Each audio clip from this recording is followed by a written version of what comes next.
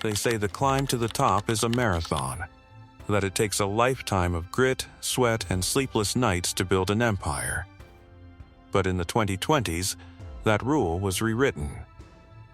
In this decade, we saw wealth created at the speed of light. We saw 20-somethings in hoodies command more capital than sovereign nations. We saw paper billionaires minted between lunch and dinner. But there is a physical law that the markets forgot. The faster you rise, the harder the air hits you on the way down. This isn't just a story about losing money, it's a story about the velocity of the fall. How do you go from a $30 billion valuation and the cover of Forbes to a concrete sell in less than 24 months? How do you go from being the savior of finance to the most hated face in a federal courtroom? Today, we are opening the case files on the fastest wealth collapses of the decade. This is rags to riches to prison. The anatomy of the acceleration. To understand the collapse, you have to understand the era. The first half of this decade was defined by easy money, low interest rates, a global pandemic that forced everyone onto their screens, and a desperate collective hunger for the next big thing. This created a vacuum. And into that vacuum stepped the disruptors.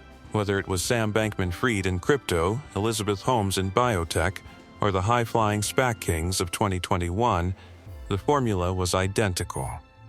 Step 1. Identify a complex industry that people don't quite understand. Step 2. Promise a technological miracle that solves every problem. Step 3. Weaponize FOMO, the fear of missing out. They didn't just build companies, they built cults of personality.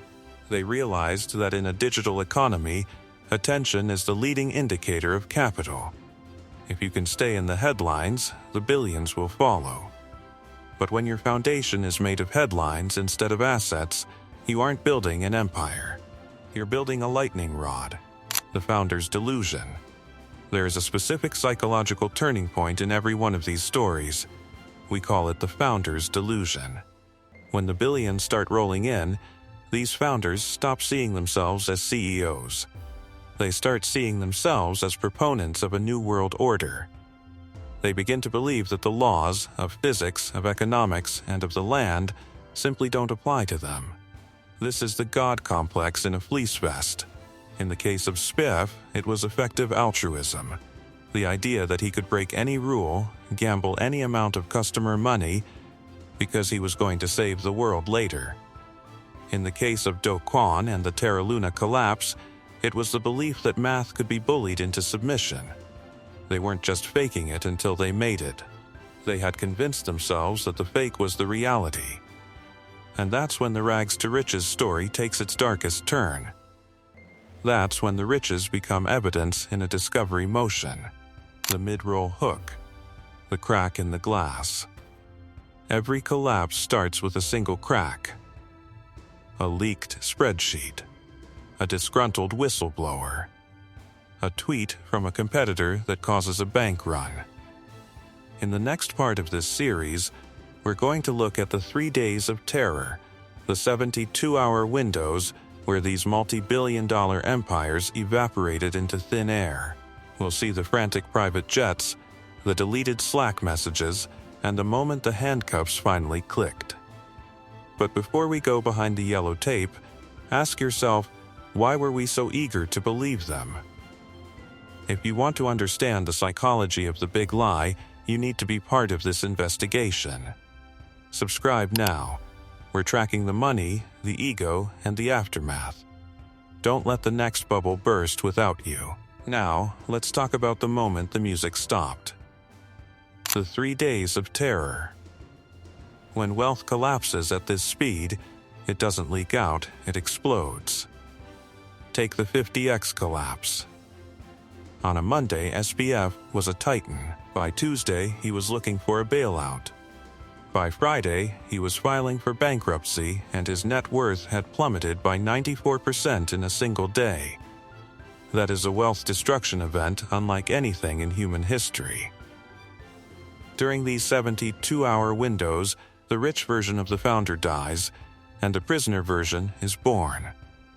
The psychology in the room is pure chaos. We've seen reports of polycules in the Bahamas frantically trying to move code, or CEOs locked in their offices as the FBI raids the lobby. It is the moment of disenchantment, the realization that the magic was just a series of shell companies and unbacked tokens. The billions were never really there, they were just numbers on a screen, held up by the collective belief of millions of people, and when that belief dies, the screen goes black. The privilege pillory. There is a unique public fascination with the fall from grace. We love to see the high and mighty brought low. But in the 2020s, the prison phase of the story became a televised spectacle. The riches to prison pipeline is a cultural reset. It's the moment the public realizes that the person they were told to emulate, the person they were told was a visionary, was actually just a predator in a better outfit. The courtroom becomes a pillory. The fancy dinners are replaced by commissary meals. The private jets are replaced by the diesel therapy of a prison transport bus. But for the victims, the people who lost their retirement funds, their life savings, and their trust, the prison sentence is rarely enough. Because while the founder is in a cell, the missing billions are often still missing. The riches are gone, but the damage is permanent.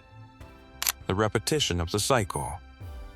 Why does this keep happening? From Charles Ponzi in 1920 to the crypto fugitives of 2026, the pattern is identical. The technology changes from postage stamps to blockchain, but the human brain doesn't. We are biologically wired to hunt for alpha. We are wired to follow the alpha. And the scammers of this decade have mastered the art of hacking our biological greed.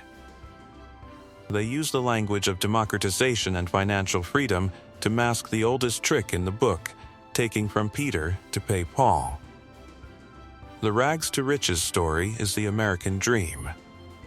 The riches to prison story is the American reality. We are a culture that rewards risk so highly that we often forget to check if the risk is actually a crime. If you want to keep track of the names that are currently climbing the ladder and the ones that are about to fall, make sure you're subscribed. We don't just watch the rise, we document the descent. What's the most shocking collapse you've seen this decade? Was it the speed of FTX? Or the sheer audacity of Theranos? Let's talk about the red flags we all missed in the comments. And for a look at the crypto fugitives who managed to stay one step ahead of the law, click the video on your screen right now. See you in the next one.